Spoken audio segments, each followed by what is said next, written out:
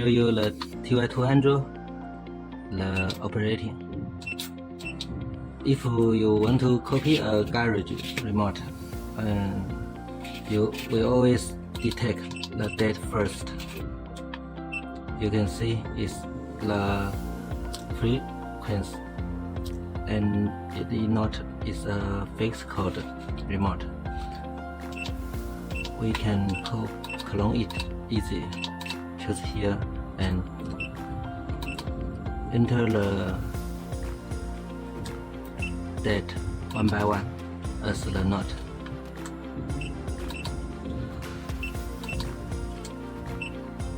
Okay, this is for you to check the frequency again. If you think it's not right, correct, you can edit. Yes, place here. Now you need to connect to the remote. This is a cable we can plug here. Most of remote we easily to plug here and then enter red is okay. Then some of the remote is this kind of.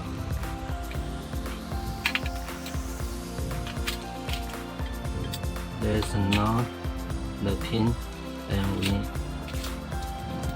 we have this one to plug here. Then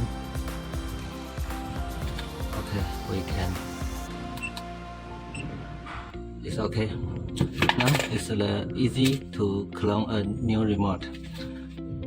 Some friends want to know if we lost all the remote. We can generate from here garage remote. You can see the NAS and BFT, DAFAC, Soma lens. Now we can see it's 15 kinds of garage brands. Okay, if we want to generate the NAS, we can plug again and press OK.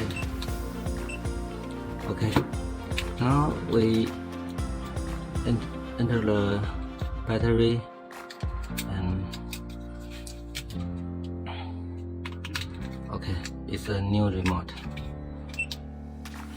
You can go to the customer's receiver, program it. Okay, that's all. Thank you.